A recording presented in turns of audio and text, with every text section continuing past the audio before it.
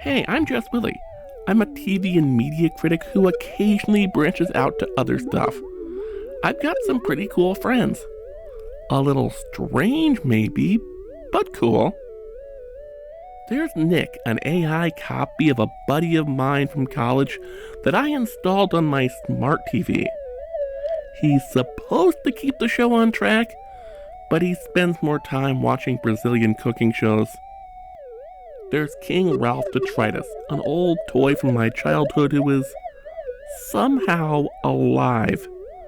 And he rules a massive underground kingdom from a stronghold in my basement. There's Zylogaphia P. Robinson. She's a magical winter elf who started out as an observer from the International Internet Reviewers Guild, but she sorta went native. I've got occasional guests, too. Like Gizmo. He's a dog. He doesn't show up much, but when he does, he has lots to say. So if you want to know the story, go and watch the back catalog. If you're just interested in a review of the thing you clicked on, sit back, relax, and don't ask questions. Or if you have questions, leave them in the comments. Maybe I'll answer. The only question you can be sure I'm gonna answer is, did I get what I paid for? Okay guys, it's a few days till Thanksgiving. I thought we'd have a little feast of our own. Since when is KFC a feast? Why'd you invite me? I don't have a mouth and I can't eat. Well, you're still a part of this weird family of choice. Whatever. Okay, let's get to the part where we say what we're thankful for this year. I'm grateful for all of you, but mostly Ralph. Right back at ya. And for time travel, for allowing us to meet Susie. You beat me to it. That leaves me thankful for,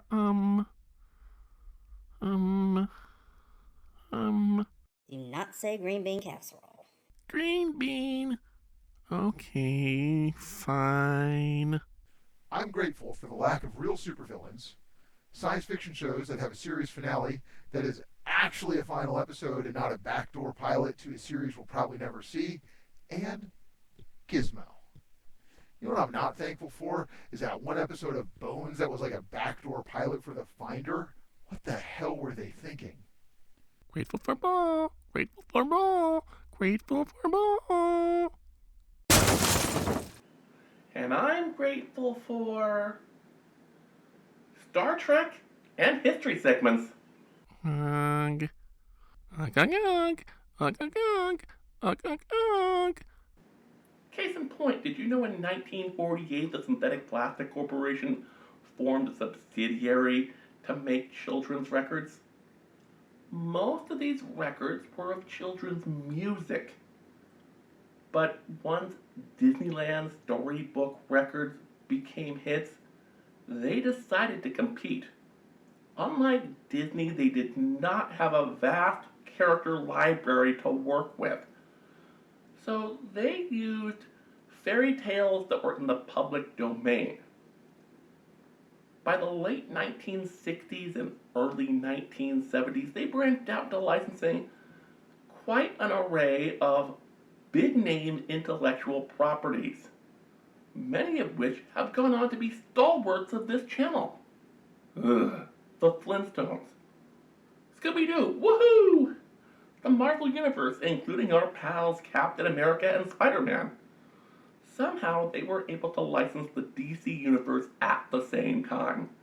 They did all the heroes you'd expect: Superman, Batman, and Wonder Woman. But they also did a few lesser-known heroes like Metamorpho. But today we're talking about a franchise that is near and dear to my heart: Star Trek. And in particular, a record called Crier in the Emptiness. And hey, I just thought of something else you guys should be thankful for. Oh, really? Yeah, we're doing another one of these power records for one of the Christmas episodes. So, since I'm covering this now, we don't have to talk about it again. Woohoo! Before we start, I will be setting up a bell. This bell is a very special bell. It will go off quite a few times, and it's going to only go off when Jess makes a joke only the overzealous Trekkies would get. Our story begins with Captain's Log, Star Date 7654.321. The Enterprise has boldly gone where no man has gone before, and found nothing. Lieutenant I've never seen before seems bored. Doesn't he realize that, on a quantum level even, empty space isn't empty? Nothing is the weirdest thing imaginable. Hey, cut the Shatnering. Fine, fine. Then this pink light flashes above his head. He asks Uhura for a status report. Uh, how is that Uhura?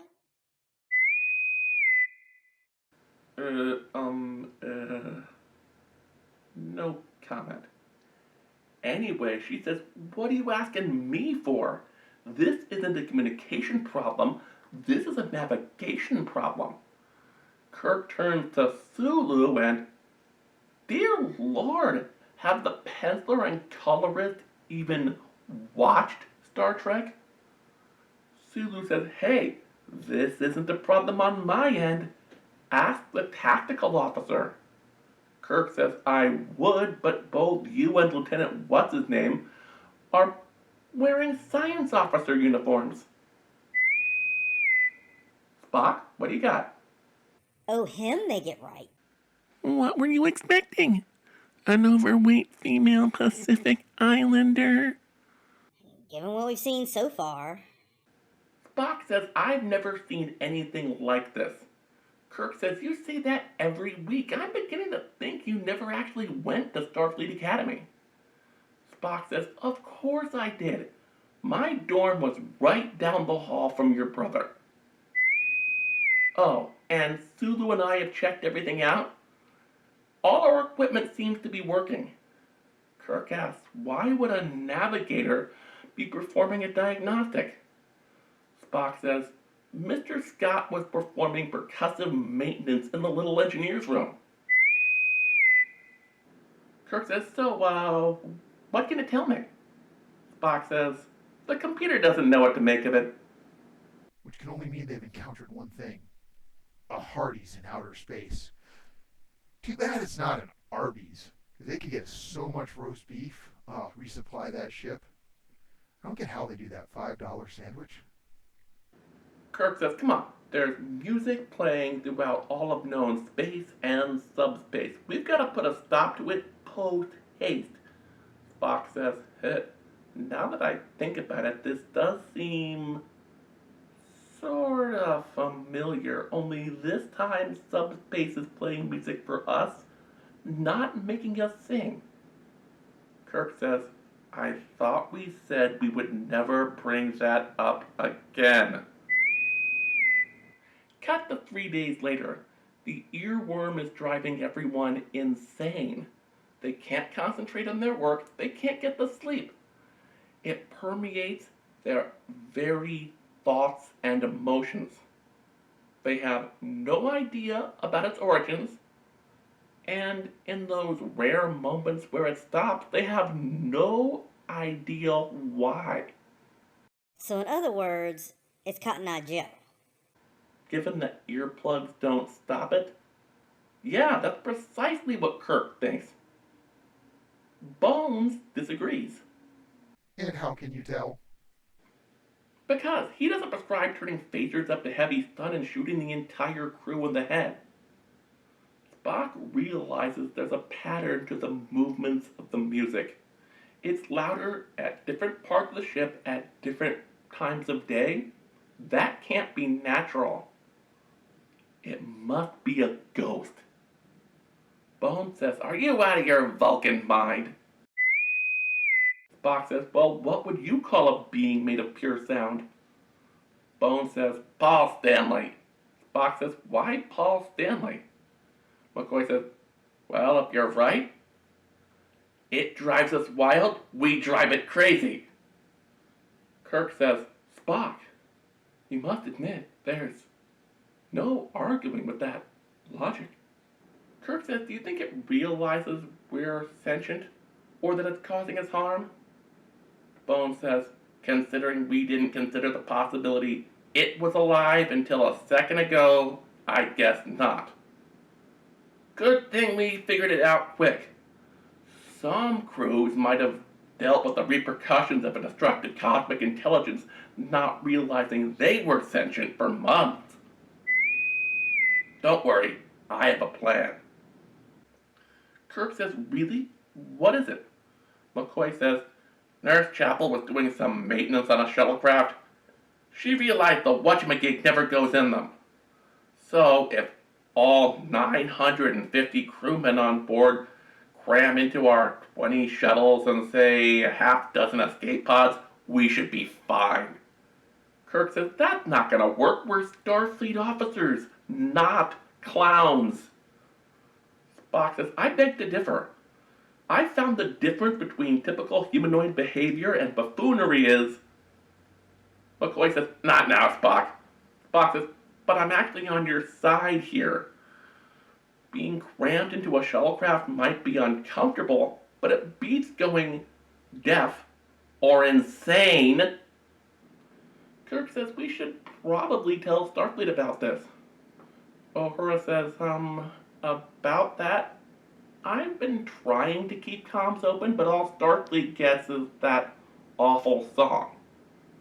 Kirk says, "Okay, maybe we should try talking to it. Spock, do you think you can do it?" He says, "I've been trying for days, but whether we try again or not, it could kill us." And Uhura is like, "Don't look at me, I'm only a communications officer." So the musical thingamabob plays a new, louder song. This being Star Trek, I can't help but imagine some kid somewhere shaking their comic book back and forth to get that TOS battle scene feel. Kirk asks, "Is everybody okay?" Sulu says, "We're fine, but the glass on all of our equipment is shattered. It reminds me of a metal concert I went to back in the 80s. Spock says, "See, I told you this would happen." Kirk says, "Well, I still think we should try to contact it." McCoy says, "What makes you think it wasn't trying to contact us?" Kirk says, "You said it wasn't doing that 5 minutes ago." McCoy says, "Well, after that, I changed my mind." Kirk says, "Okay, gotcha. Sulu, Lieutenant Expendable, I haven't heard from you guys in a while. You got any ideas how to contact this thing? Wait, where is Lieutenant Soon to Die?" Sulu says, "He left right after that last burst of sound. I think he went to sickbay." Kirk says, "But Dr. McCoy is right here." Then Lieutenant Connors comes in and says, a little help here. This vital piece of equipment is heavy, and I've had to haul it all the way from my quarters. I'm still a lower decker, so that's 5 decks uphill." Then Spock helps him haul in this huge Edosian organ. Kirk says, "This is no time to play. Piano Man." Spock says, "No, Captain, I believe I know what the lieutenant is trying to do. A being of pure sound may communicate through music." Bones says, "Just like in that documentary about mashed potatoes starring Richard Dreyfuss." Kirk asks, "Bones, did you inject yourself with cordrazine again?" The sound beast blasts them, and Connors plugs his equipment into Uhura's soundboard. Kirk says, "What are you going to do?" Connor says, "The only things I can do. Bicycle built for two, and Amazing Grace. anything else and we get hit with a hefty licensing fee. And it works. The sound beat calms down. While Connor starts playing some freestyle jazz, Spock whispers to Uhura, "Doesn't this remind you of that time we encountered that probe with Captain Pike?" Uhura says, "I have no idea what you're talking about." Kirk asks, does any of this make sense to you? Spock says, "Almost every culture in the galaxy bases their music on a logical mathematical pattern." But no, not at all, Captain. Bones says, "How do we even know what we're saying? Or how to tell it what we want? For all we know, Connor's just insulted this thing's mother." Spock says, "In every culture except my own, music has one other component, emotion. I believe that is the key." Kirk says, "How are we supposed to let it know it's hurting us? Play a sad song?" Connor says, "That could work. As long as we cut to a commercial, I can try Harry Nilsson's One." And they get blasted again. McCoy says, "Well, that didn't work." Connor says, "Hold on a minute, let me try the Three Dog Night arrangement." He does, and it's gone. Kirk says, "Yeah, and we have no idea where it came from or where it went." Called it. It's not the living embodiment of Cotton Eye Joe. Keep telling yourself that. Kirk says we probably won't understand what just happened until we better understand the effects music has on the brain. Spock says, "Great strides have been made in that regard since the late 1970s. I'm sure Dr. McCoy and Dr. Teeth, the ship's musicologist, would be more than happy to explain it to you." Kirk says, "Spock, one of the keys to the human experience is comprehending the difference between knowing and understanding." Uhura says, "Am I the only one hearing this silent crying? Hello? Hello?" Kirk says, "All right, people, back to work." McCoy asks, "Do you think we'll ever see this thing again?" Kirk says, "I think that's a pretty safe bet. Once Starfleet hears our mission logs, they're going to try to contact this thing. They might even transfer Connors over to the Federation Service Organization. They could go on a quadrant-wide concert tour and sell a whole bunch of t-shirts." Connor says, "Sounds good, as long as I'm never asked to play Rocket Man." Kirk says, "I can't promise you that." And that's it. That's the comic or record or whatever. Okay, rant wrap time. As a comic, it's got many flaws. Uhura and Sulu are so off model that it almost comes off as a joke. It sort of reminds me of those Gold Key Star Trek comics that came out in early 1967. They were written in 1966 and drawn by a guy who lived overseas and had never seen the show. In fact, he would have been unable to do so for almost a decade. But Sulu and Uhura weren't the only ones to look off. Connors is shown in a whole lot of weird poses. This has led some to speculate that the writer and artist originally wanted to use a non-humanoid character. There is some evidence to support this, and I'll get to that in a minute. But first I want to talk about the story. The way it handles Kirk, Spock, and McCoy, and sticks to Gene Roddenberry's ideal that one should only resort to violence if and only if any and all peaceful means have been exhausted, and the conflict should never be seen as a good thing. That is all very Star Trek. That shouldn't really be a surprise since the story was written by Alan Dean Foster. This brings us back to the non-humanoid character thing. The Adosians first appeared in the form of Lieutenant Eric's on Star Trek the Animated Series. This begs the question, why would a human be playing an Edosian instrument? Oh, sure, it might happen, but wouldn't it make more sense for an Edosian to be playing it? But that's not the only bit of evidence. This isn't Foster's first stint in the Star Trek universe. He wrote the novelizations of Star Trek the Animated Series, so he'd be familiar with the character.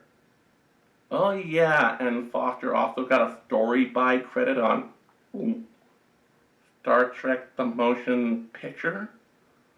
So this episode could be a follow-up to two different season 1 episodes, but it's not. It's a great franchises episode for reasons. But I gotta say, the off-brand Uhura and Sulu almost ruined the whole experience for me. But not quite. In fact, I wish I could hear the record. Jess?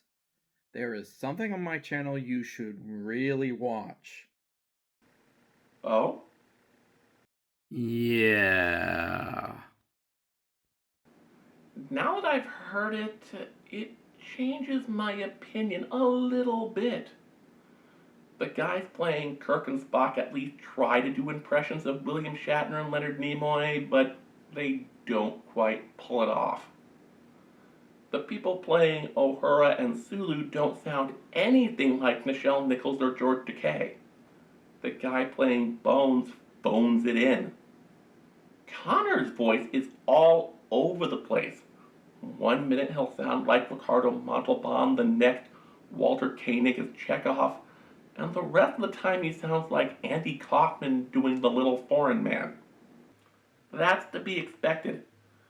Peter Pan Records, aka Power Records, was an East Coast company. Most of the Star Trek original series cast were West Coast actors. The sad thing is, in 1976, you could have gotten almost any member of Star Trek the original series cast for about $250 plus an airline ticket. Or you could have rented them studio time in LA. If you got Walter Koenig, you wouldn't even need William Shatner because his impression is just that spot on. I gotta say, for a kid's storybook record, if you just have the comic to go by like I did the first time I went through it, it's okay. Usually that's all these things are. The story on a record. The actor comes in and reads it to you. It's all very dry, even bare bones. But here, the use of music and sound effects really make it pop. I gotta say, yeah, my copy of the book came from this CD-ROM I bought for $10 that had all the Peter Pan / Power Records comics, all the Gold Key comics, Marvel's 2 runs, DC's 2 stints, and the entire Wildstorm run with the Star Trek license. That is over 400 comics. I'd say it's well worth it.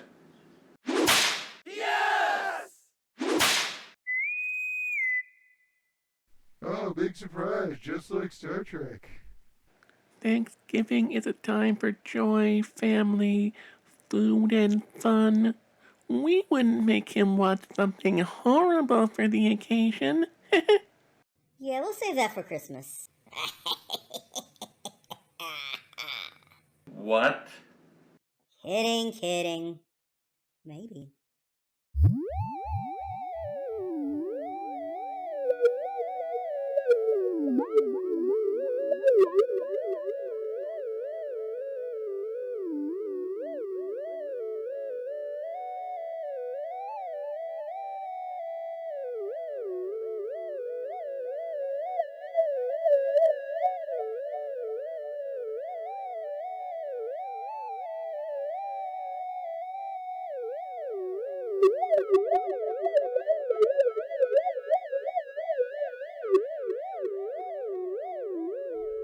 What did Mr. Hedgehog do to deserve that? No like and subscribe, no like and subscribe, no like and subscribe.